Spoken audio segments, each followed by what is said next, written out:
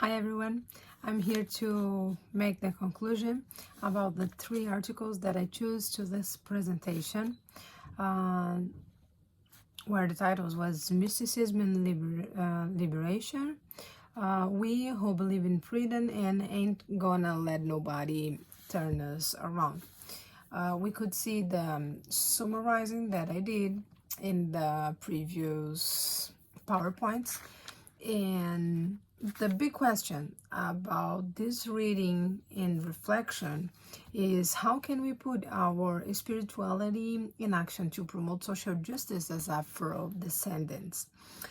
Well, what for me was such an important subject, even inside of the article about mysticism and liberation, is the difference between the theoretical things and the practical things in faith and education to promote the transcendence of those ones that are in front of us, to understand what we need as community much more than what we need as individuals. Of course that our relationship, our individual relationship with God matters, but much more the community favors that our relationship with God can approach or can receive is what really matters. This is a practical faith. This is a practical way to understand that our vertical relationship can make the difference in our horizontal relationships. So if the community is not growing up with ourselves as individuals, this is not a practical faith. And the same is about education. That's why Paulo Freire, in his book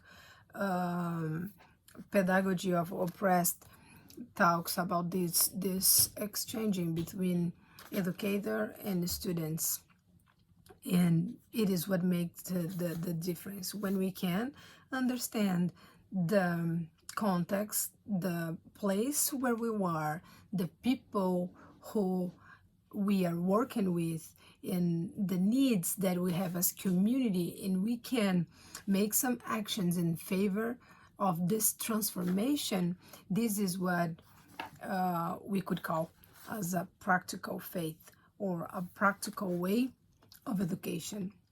So the same thing is about the article We Who Believe in Freedom. If our faith or our practical of faith cannot promote freedom, what we are really doing, our concerns are just about to be obedient to the God's law, or our concerns are involved in promote freedom and understanding what is the God's wishes for the humanity or the children of God. So yes, this is a great statement. Ain't gonna let nobody turn us around. If we are together in the same purpose, with the same goal, in a spiritual way, using education to touch souls and make this difference starting in ourselves, and then being able to work together, and also being able to show the power of the gospel in our lives, to make the other lives who are suffering easier. This is what I would call practical faith. That's why when we see Jesus speaking in the temple and talking that the rejection from our own people is a reality, he was there in a Sabbath talking about the healing ministry or the actions in faith that can improve or make lives better, easier with the power of God. So that's why I love when we can read in Luke 4, chapter 4 and verse 18. This declaration that is in the book of the prophet Isaiah, that said, "The Spirit of the Lord is on me, because he was anointed me to proclaim good news to the poor. He has sent me to proclaim freedom for the prisoners and recovery of sight for the blind, to set the oppressed free, to proclaim the year of the Lord's favor." This is what we are supposed to do. Proclaim freedom.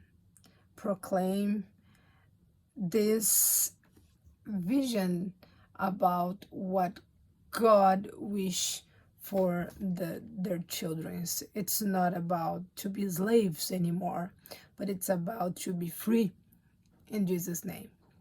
So what we have done to promote this freedom, what we have done to promote this different way by theology that it's not a theology that make us oppressed, but make us free, walking in freedom and proclaiming this freedom to others.